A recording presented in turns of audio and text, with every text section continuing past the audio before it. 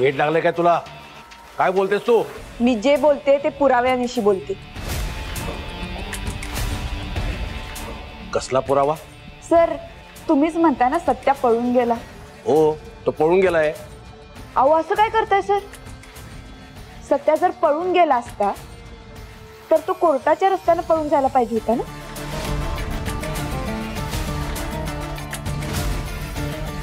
पण तुम्ही मुद्दाम दुसऱ्या रस्त्याने गाडी नेली।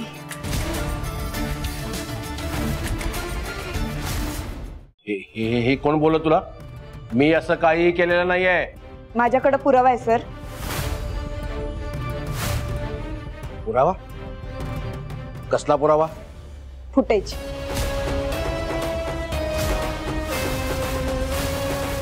माझ्याकडे फुटेज आहे सर आणि तोच पुरावा आहे। मी त्याचा अजून वापर केलेला नाही कारण त्यामुळे तुम्ही गोत्यात येऊ शकता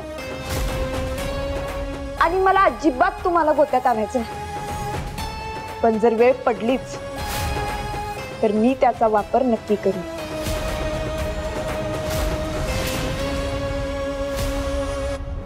आता तुम्ही सांगा काय करायचं?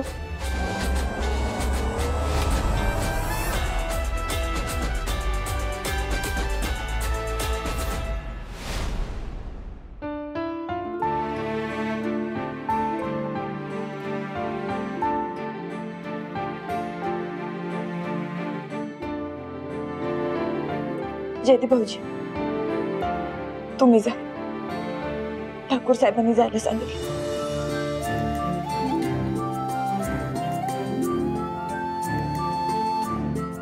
बरोबर ना ठाकूर साहेब?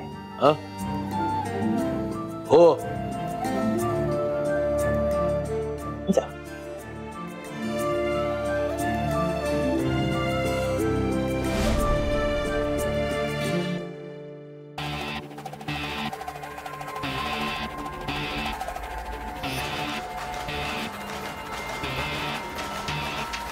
सर परत माझ्या घरच्यांवर हात उचलताना फुटेजचा विचार करा म्हणजे झालं।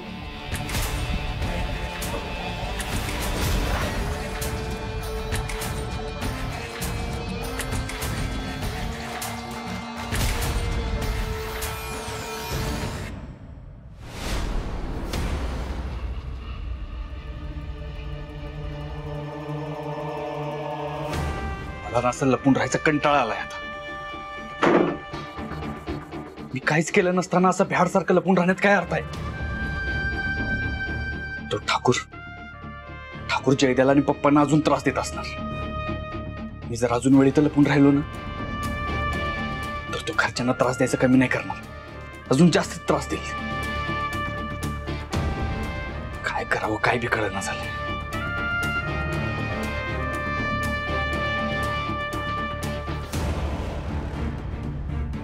सत्या वाघमारे, सत्या एक खुशखबर आहे। खुशखबर काय? ठाकूर साहेबांनी जयदीप भाऊजींनी पप्पांना सोडून दिलं। सोडून दिलं? कसं काय? मी धमकी दिली त्यांना। धमकी? कसली धमकी? मी त्यांना सांगितलं माझ्याजवळ सीसीटीव्ही फुटेज आहे आणि ज्या सरळ सरळ दिसते तुम्ही सत्याला कोर्टाकडे घेऊन न जाता दुसऱ्याच रस्त्याने घेऊन गेला। हे ऐकून ठाकूर साहेबांची तंतरलीच आणि घाबरून त्यांनी दोघांना सोडून दिलं। एक नंबर काम केलं वाघमारे, बरं झालं, नाहीतर त्या ठाकूरनं जयद्याला आणि पप्पांना लई त्रास दिला असता। ही धमकीची आयडिया बेस्ट होती। आता जरा गप्प बसेल तो ठाकूर। पण वाघमारे अजून किती दिवस लपून राहायचंय मी इथं? मला ना कंटाळा आलाय आता। आणि जोपर्यंत मी असं लपून राहीन ना तोपर्यंत घरच्यांना त्रास होतच राहणार आहे आणि जोपर्यंत आपल्याला ठोस पुरावा घावत नाही तोपर्यंत मी इथंच अडकून राहायचंय का? तुला काय वाटते तू इथून बाहेर पडलास तर सगळं सॉल्व्ह होईल? ते माहित नाही मला, पण माझी एवढीच इच्छा आहे की माझ्यामुळे कोणाला त्रास नाही झाला पाहिजे। वाघमारे मी स्वतःहून सरेंडर होतो। मला असं वाटतंय की हेच योग्य वेळ आहे, कारण मी जास्त वेळ लपून राहिलो ना तर लोकांचे गैरसमज वाढतील आणि ते जास्त धोक्याचं आहे।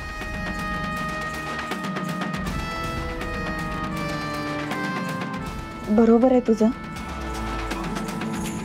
ठीक आहे उद्या सरेंडर करू, पण मी सांगेन तसंच करायचं. ठीक आहे.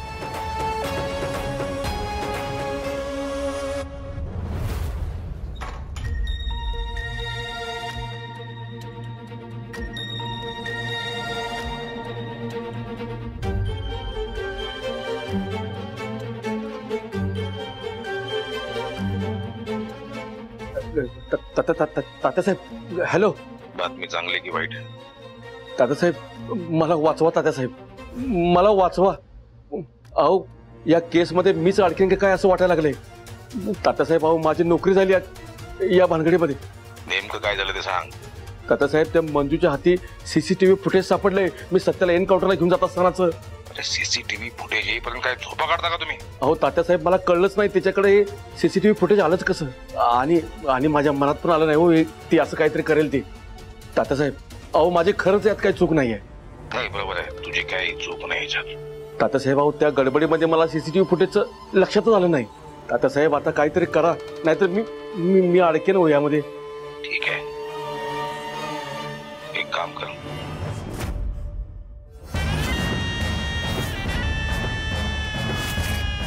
ठीक आहे तात्यासाहेब तुम्ही म्हणाल तसं.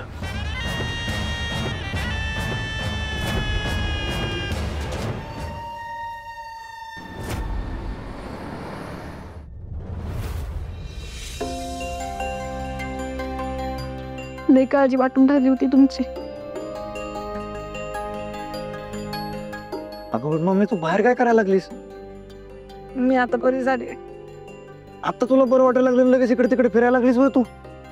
जा जा जा आज जा आराम कर. जय द्या, बरी झाली मी आता. तुम्ही बरे आहेत ना? पोलिसांनी तर लई त्रास दिला नाही ना तुम्हाला? माया आम्ही ठीक आहोत. तू जाऊन आराम कर. बया आम्हाला तर वाटलं होतं पोलीस तर आता काही सोडत नाही तुम्हाला. एवढं लवकर आलात बी तुम्ही. दिवस पावला म्हणायचा. देव नाही मंजू वहिनी पावली. म्हणजे मंजू वहिनीमुळे दोघं सुटले. नाहीतर ठाकून यांना अडकवलं असतं आणि खूप त्रास दिला असता. होय मंजू वहिनीने पुढाकार घेतला म्हणून आम्ही सुटलो. पप्पा मंजू वहिनींमुळे वाचलो का नाही आपण?